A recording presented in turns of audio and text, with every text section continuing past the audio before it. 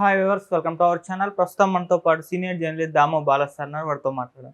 నమస్కారం సార్. నమస్తే. Sir, elections టైంలో ఏపీ వ్యాప్తంగా చూసుకుంటే వైలెన్స్ అనేది పెరిగిపోయింది సార్. పల్నాడు, ఇంకొన్ని ప్రాంతాల్లో ఇంకా అల్లర్లు జరుగుతూనే ఉన్నాయి. అసలు ఎవరు చేయిస్తున్నారు, ఏ పార్టీ చేయిస్తుంది, మరి ఈసీ ఏం చేస్తుంది, అసలు ఎందుకు అడ్డుకోలేకపోయింది సార్ దీన్ని? యాక్చువల్గా ఈసారి 2019తో పోలిస్తే పోలింగ్ పర్సంటేజ్ పెరిగింది. నిన్న రిలీజ్ చేసింది 80.66%. లాస్ట్ ఏమో 79.80%, 80% 2019లో. అది కొద్దిగా దాదాపు ఒక 1% వరకు పెరిగింది. సో పోలింగ్ రోజు, నిజానికి పోలింగ్ ముందు రోజు నుంచి కూడా వైలెన్స్ స్టార్ట్ అయింది. పోలింగ్ రోజు కూడా చాలా చోట్ల జరిగింది, కానీ అది పెద్ద స్థాయిలో లేదని చెప్పుకోవచ్చు.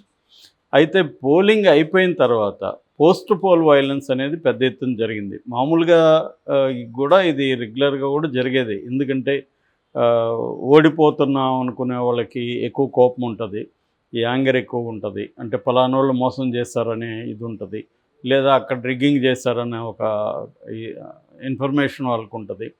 ఇలాంటి వాటితో ఓడిపోయిన వాళ్ళ ఆ కోపంలో. రెండోది ఏంటంటే, గెలుస్తున్నాం అనుకునే వాళ్ళు రెచ్చగొట్టడం కూడా కనిపిస్తుంది. సో ఈ రెండు కారణాల వల్ల జరుగుతుంటాయి.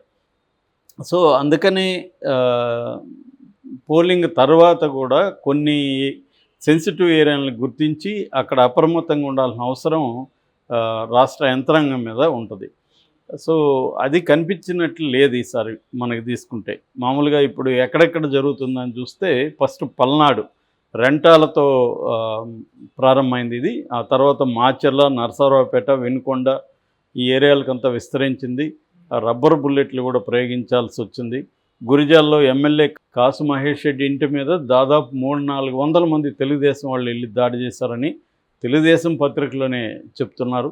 అది వాళ్ళేమో దాడిగా కాకుండా విరుచుకుపడ్డారు కార్యకర్తలు వెళ్ళి అని, అంటే ఒక ఎనిమి మీద విరుచుకుపడ్డారని రాస్తున్నారు. క్లియర్గా అది దాడి.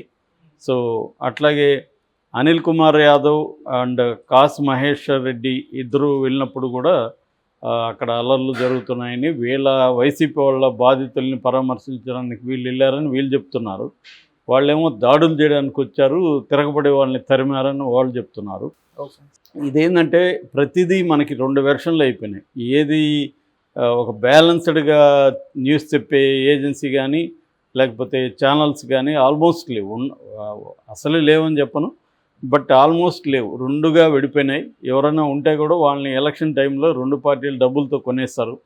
కాబట్టి బ్యాలెన్స్గా అసలు ఏం జరిగింది, ఇరువైపులా తప్పు ఉంటే ఇరువైపులా తప్పు ఉంది అని చెప్పే న్యూస్ మీడియా అనేది మనకి ఆల్మోస్ట్ లేకుండా అయిపోయింది. అందుకనేమో వీళ్ళ తెలుగుదేశం వెర్షన్ ఏమో మొత్తం వైసీపీ వాళ్ళే చేస్తున్నారు అన్నట్టు వీళ్ళు మాట్లాడతారు, అటు వైసీపీ వెర్షన్ ఏమో కంప్లీట్గా తెలుగుదేశం వాళ్ళే చేసినట్టు మాట్లాడతారు. అయితే మనం సోషల్ మీడియాలో కొంత పరిశీలిస్తే మనకు సత్యం అర్థమవుతుంది. దీంట్లో ఈ పల్నాడు తర్వాత గురిజాల ఈ ఏరియాల్లో మాత్రం తెలుగుదేశం వాళ్ళే వైలెన్స్ చేస్తున్నట్టు వాళ్ళ మీడియా చూస్తే అర్థమవుతుంది. వాళ్ళ మీమ్స్ అవన్నీ కూడా ఎట్లా ఉన్నాయంటే, అనిల్ కుమార్ యాదవ్ని తరిమి కొట్టారు, తర్వాత తనూరు కాసు మహేష్ రెడ్డిని తరిమి కొట్టారు, గోపిరెడ్డి శ్రీనివాసరెడ్డి ఇంటి మీద దాడి చేశారు, దాడి అనలేదు వాళ్ళు, అదే విరుచుకుపడ్డారు.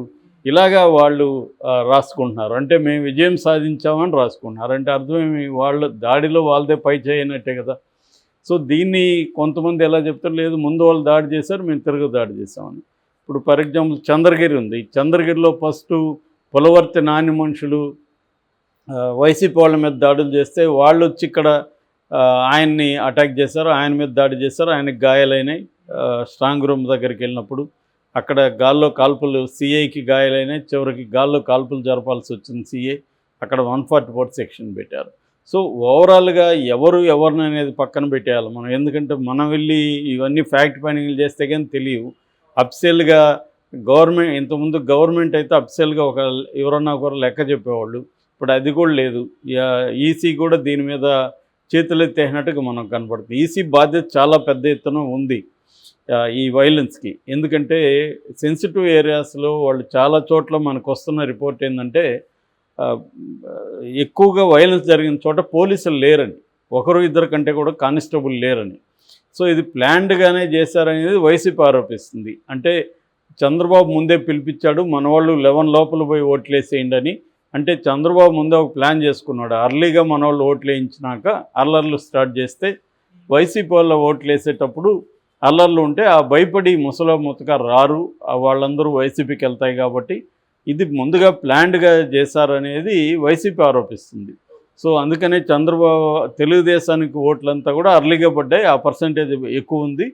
దాని తర్వాత వైసీపీకి చెందిన రూరల్ నుంచి ఆడవాళ్ళు కావచ్చు, వృద్ధులు కావచ్చు, వీళ్ళంతా వైసీపీకి వేస్తారు. కాబట్టి భయభ్రాంతం చేస్తే వాళ్ళు రారు అనేది ముందుగానే చంద్రబాబు దీన్ని ప్లాన్ చేసి అందుకనే 11 కంతా మనోళ్ళు వెళ్ళి ఓట్లేయండి అని ఒక పిలిపించాడు. దీనికి తగినట్టే ఈసీ కూడా ఎక్కడెక్కడైతే వైసీపీ వీక్గా ఉందో, తెలుగుదేశం బలంగా ఉందో అక్కడ మనుషులను పెట్టకుండా, పోలీసులను పెట్టకుండా వైసీపీ బలంగా ఉన్న చోట పోలీసులను పెట్టారు అనేది కూడా ఒకటి వస్తుంది. ఏదేమైనా ఇందులో ఎంత నిజం ఉంది అనేది పక్కన పెడితే ఖచ్చితంగా మాత్రం ఈసీ వైఫల్యం కనిపిస్తుంది. ఎందుకంటే ఈ మామూలుగా ఇలాంటప్పుడు ఏం చేస్తారంటే ప్రతి ఏరియాలో ఉండే రౌడీ షీట్లను గుర్తించి వాళ్ళని ముందుగానే అదుపులోకి తీసుకోవడం, ఎక్కడెక్కడ అల్లర్లు జరుగుతాయి చూడడం జరుగుతుంది. ఈసీ ఏం చేసింది, దాదాపు 29 మంది పోలీస్ అధికారులని మార్చింది. ఆ స్థానంలో వేరే వాళ్ళని కొత్తగా పెట్టినప్పుడు వాళ్ళకి అక్కడ పట్టు ఉండకపోవచ్చు. పాత పోలీస్ ఆఫీసర్లకి అయితే ఎవడోడు రౌడీ ఉంది, ఎక్కడెక్కడ ఏం అల్లర్లు జరుగుతుందో ఒక ఇన్ఫర్మేషన్ నెట్వర్క్ ఉంటుంది. వీళ్ళు వెళ్ళారు, వాళ్ళ దగ్గర ఈసీ పని చేయించుకోలేదు, మార్చడం మాత్రం ఈసీకి తెలుసు కానీ పని చేయించుకోవడం తెలియదు అన్న విమర్శలు కూడా వస్తున్నాయి. ఏదేమైనా ముందస్తు జాగ్రత్తలు ఈసీ తీసుకోవడంలో ఫెయిల్ అయింది, తగినంత పోలీస్ ఫోర్స్ని పెట్టడంలో ఫెయిల్ అయింది అనేది క్లియర్గా చెప్తున్నారు. ఎప్పుడైనా కూడా నేను ఇంతకుముందు కూడా చెప్పాను, ఇంత గ్యాప్ ఉండడం మంచిది కాదు ఎన్నికల్లో. ఎందుకంటే గవర్నమెంట్ లేకుండా ఈసీ అనేది గవర్నమెంట్ నడపడానికి ట్రైన్డ్ కాదే ఆ వ్యవస్థ, ఎక్విప్డ్ కాదు. సో వాళ్ళేమో ఉన్న వాళ్ళని పని చేయనీరు, వీళ్ళు పని చేయరు. అలాంటి ఒక గాల్లో ఏలాడే కైండ్ ఆఫ్ వ్యవస్థ ఇది. ఒక నెల రోజులు ఉంటే మాత్రం ఇంకా మనకి ఏం అల్లర్లు ఉంటాయో తెలీదు. ఇది ఎందుకంటే గందరగోళం క్రియేట్ చేసే మీడియా, గందరగోళం క్రియేట్ చేసే పొలిటికల్ నాయకులు ఉన్నారు ఇక్కడ తప్ప సమస్యని సాల్వ్ చేయాలనే మీడియా లేదు, ఇటు రాజకీయ నాయకులు లేరు. ఇద్దరు కూడా పెంచుతున్నారు మనకి. ఈవెన్ చంద్రబాబు కూడా దీన్ని ఆపమని పిలిపివ్వలేదు, జగన్ అసలు పట్టించుకోవట్లేదు. క్లియర్గా వాళ్ళు కూడా ఎస్కేప్ అవుతున్నట్టే మనకు అర్థమవుతుంది. చంద్రబాబు పిలిపివ్వాలి, కానీ వాళ్ళు ఏం చేస్తున్నారు, ఇండైరెక్ట్గా వాళ్ళు తిరగబడని మీరు అన్నారు. తిరగబడ్డమా దాడి చేయడమా? ఇద్దరు కూడా తిరగబడని మీరు అంటున్నారు. ఇద్దరిని కలిసినప్పుడు మా వాళ్ళు బాగా తిరగబడ్డారు సార్ అని వైసీపీ వాళ్ళు చెప్తారు, మా వాళ్ళు బ్రహ్మాండంగా ఎదిరించారని తెలుగుదేశం వాళ్ళు చెప్తున్నారు తప్ప ఇక్కడ వైలెన్స్ని అరికట్టడానికి ఏం చేయాలి రెండు వైపుల నుంచి అనేది ఎవరికి లేకుండా పోయింది. సో దీనివల్ల కూడా వైలెన్స్ బాగా పెరుగుతుంది. సో ఇక తాడిపత్రిలో ఆల్రెడీ ఎప్పటి నుంచో ఉంది, అది ఈసీకి తెలియాలి కదా ఎక్కడెక్కడ ఏరియాలో ఉన్నాయి. తాడిపత్రి అంటేనే అది పచ్చగడ్డి వేస్తూ బొగ్గుమనే ఇద్దరికి, పెద్దారెడ్డి కానీ జేసీ ప్రభాకర్ ఇద్దరు కూడా ఒకరికొకరు ఎవరు తీసుకోరు. ఒకప్పుడు పెద్దారెడ్డి జేసీ వాళ్ళ అనుచరుడే, సో వాళ్ళకి వైరం ఉంది. సో పెద్దారెడ్డి కూడా ఎవరిని సీఎం స్థాయిని వ్యక్తిని కూడా క్యార్ చేసే వ్యక్తి కాదు ఆయన.